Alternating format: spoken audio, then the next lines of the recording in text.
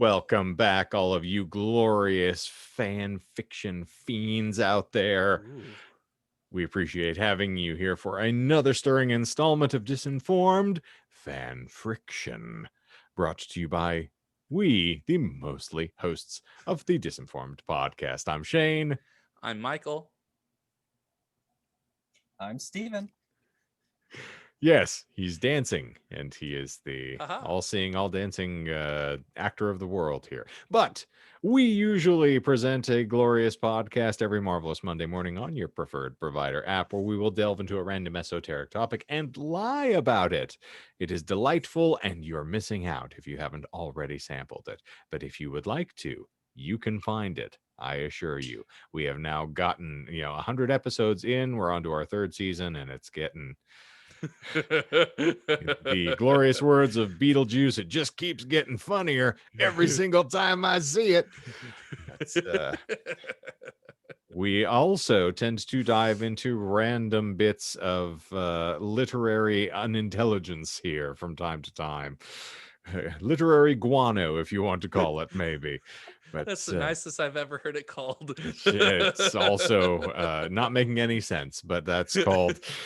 when it's the fourth shot of the day, we're just giving it a gusto here. But so in any event, we have heretofore done a lot of penance by delving into the inglorious fan fiction My Immortal by Tara Gilesbie and derivations and sequels that are just innumerable at this point. And this is the latest in a long line, but this one is actually intelligible. Surprise, surprise. Can you believe it? I certainly didn't until we read it. But so it has been fun thus far. We appreciate you joining. And that is my preamble before we dive in. So get yourselves ready. But anything else from you, gentlemen? Nope. Nope, let's go for it. All right, then we are prepared to bring you Farewell, My Immortal. Chapter 3. Lacidus extemp. Don't you dare. Ebony shot back at Willow, who was practically vibrating with exasperation, watching Ebony put her shoelace through eyelet after eyelet after eyelet of her humongously tall black Gothic boots. Surely that can't be fun for you. Sneered Willow, attempting genuine concern, but looking only the more smug with eyebrows furrowed upward. Don't you talk to me about Shirley, Willow. What if this is fun for me? Then you've officially lost the privilege of ever falling asleep in Professor Bin's class again. Willow said, turning over in her four-poster. I can't watch anymore. It's a travesty. You get older with every shoelacy thing you put a knot through. You don't even know what the things on shoes are called, Willow. You're looking for eyelets and lace. Magic makes you lazy. You gotta learn to do things for yourself. Willow had abruptly decided that this was a conversation she wasn't a part of, and flopped over onto her bed, making bored, tooting noises with her mouth. Ebony had finished her first boot and began shoving her second boot around her shin when she heard a frustrated Lacidus extempto from Willow's bed.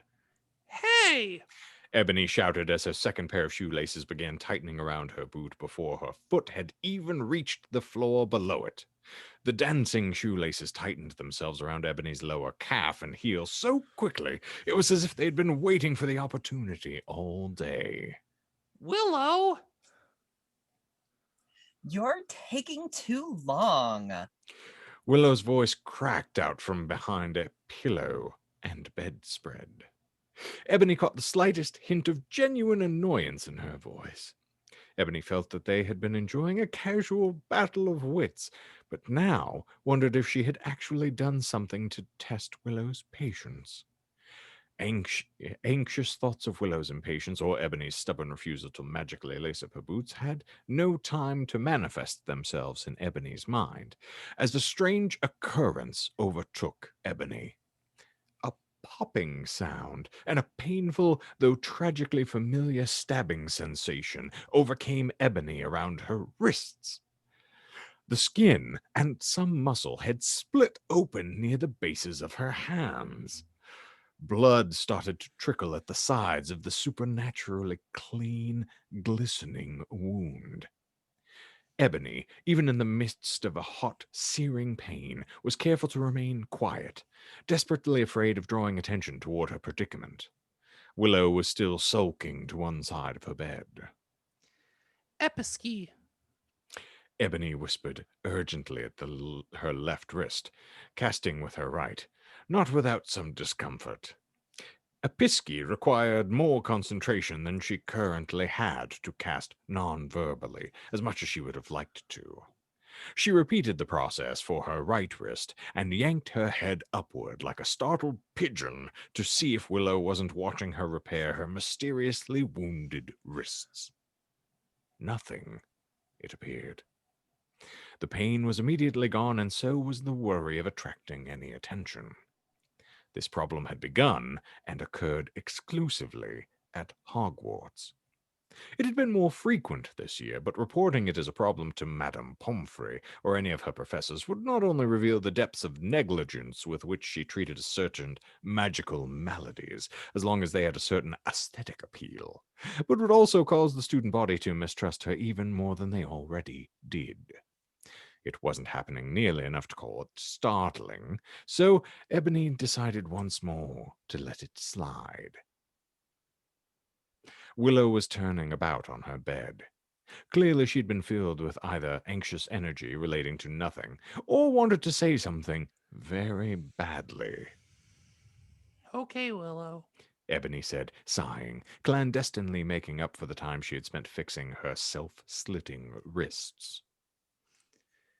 I give up. Tie my shoes for me if you must. The idea of losing out on a petty argument she originally viewed as an insincere squabble between friends didn't bother her nearly as much as drawing even a modicum of suspicion toward her. However, Willow remained resolutely quiet. Ebony began to suspect that Willow's strange turn of mood possibly had something to do with her reception of an exclusive invitation to a Good Charlotte concert with Draco that, by rights, Willow should be able to walk to by herself. Everything okay, Willow? Willow's response was a heavy-booted thump at the side of her bed, and the cold marching of the same boots walking out of the girls' dormitory into the common room. With some disgust, Ebony charmed up her boots herself. Her reaction was so disproportionate that envy is the only answer that Ebony could think of. Ebony fought off the unpleasantness fairly easily, however, as her interactions with Willow were predictable. In a bout, she had started to time her watch by it, 5 or 6 hours, or by the next morning. Willow would feel bad for acting like such a bitch, and they would be fast friends again.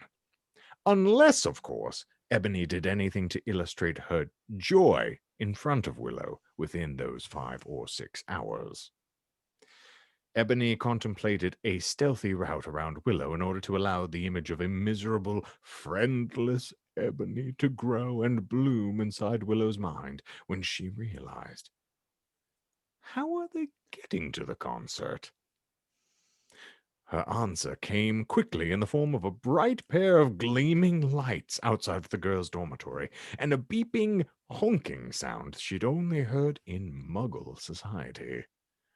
Outside of the window, Draco stood confidently on top of the hood of a flying car, smiling with insatiable smugness down at Ebony. How do you like it? He asked Ebony coolly, his voice taking on the self-satisfied, perhaps even pompous air that Ebony was only able to catch when Draco wasn't speaking to her directly. Draco, Ebony shouted out the window at him. how did you... My father got it for me. He prefers his son not to take girls on dates atop cleaning equipment, and I'm of a mind to agree with him. It's called a Mercedes-Benz, top of the line. Ebony believed him, too. Light glinted off of the hood of the car in streaks, and the cool, flashy exterior was contrasted deeply by the warm, leathery, comfortable-looking interior. Draco offered his hand out to her, and Ebony took it eagerly, nearly falling off the car's hood in her long boots. She tumbled directly into Draco's arms. She stared up into his eyes as the cold November wind lashed at the two of them. Draco lifted Ebony by the waist and led her to the car's roof. Draco magically opened the doors of the car and, hanging his legs off the side of the car, swung himself into the driver's seat. Ebony, perhaps less stylishly but safer, in her opinion, attempted to apparate into the passenger seat, remembering only quickly enough not to be too awkward that she was still on campus grounds. Unable to apparate, she followed Draco's lead and gently lowered herself into the car. The drive was in stark juxtaposition to their moment atop the car's hood, warm and comfortable. They listened to Good Charlotte in anxious anticipation, as well as an occasional pop-in from Marilyn Manson, who Ebony had only just previously introduced Draco to a few days before. So, Inobby. No, that was it. That was enough, and Ebony could not let go of this for one moment. For the love of all things holy. Trying not to laugh. No, that was it. That was enough, and Ebony could not let go of this for one moment longer. Besides, what's the worst that could happen? Correcting Draco Malfoy? Is he going to react? Is he going to retract his invitation? Throw her out of the flying car? No. Ebony had to make sure she didn't go on the greatest date of her life thus far with her date thinking her name is Inobby. Actually, it's Ebony. It was only a 4-second stretch of silence that caused Ebony to believe she was about to be flung at 150 kilometers per hour out of the flying car. Not that it matters. And I've been calling you Inobby this whole time. Draco replied, not taking his eyes off of the skyway. Well, yes. I didn't want to correct you. I was considering letting it slip. That's so stupid. This stung for a poorly informed moment before Draco continued. Inobby's not even a name. That's ridiculous. Inobby, I've been calling you Inobby. I must appear a total git. Draco laughed at a lot of things, but last on his list was usually himself. Where Ebony may have once enjoyed a hearty laugh at their first date, Ebony found herself strange at unease, thinking of how unexpected his self-degradation really was. She hadn't expected him to laugh so easily at himself. She'd expected either a quick and prideful desire to move subjects, or perhaps malice. A realization overtook Ebony hard and without warning. She wasn't sure exactly who it was she was on a date with. Was she dating the shy, brooding, and slightly angsty Draco that seemed to appear around her? Or was she dating the cocky, egotistical, but inadvertently impressive Draco that seemed to manifest around her? Or was it neither? It wasn't until Ebony's eyes met the blazing stage, surrounded by pyrotechnics and the snowy remains of the world Ebony had seemingly left behind. Then her eyes met Joel Madden's.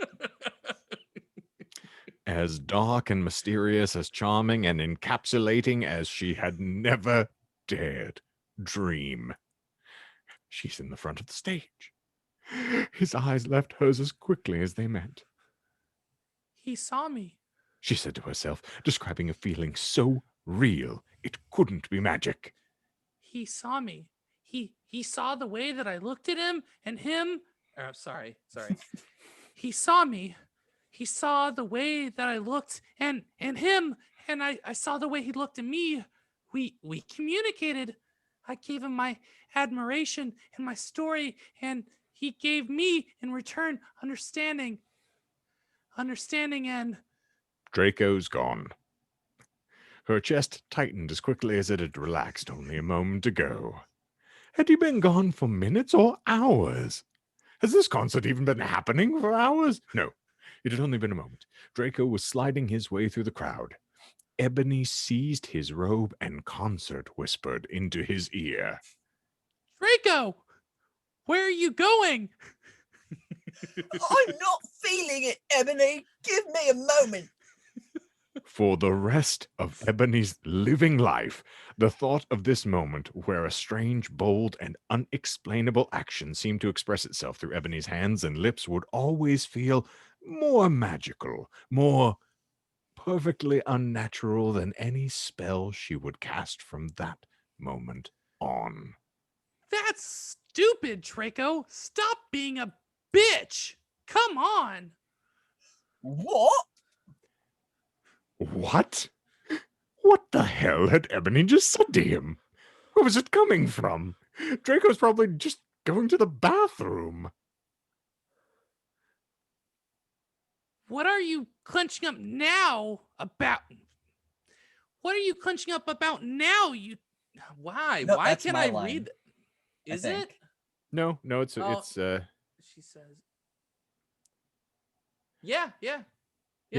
It is me? What? No, Yeah. it's Ebony. It's me. Yeah. Okay. It was just so weird. What are you clenching up now? Wow. That does not sound. Here, Okay. allow me. No, I got it. What are you clenching up now about, you total git? Come enjoy the concert with me.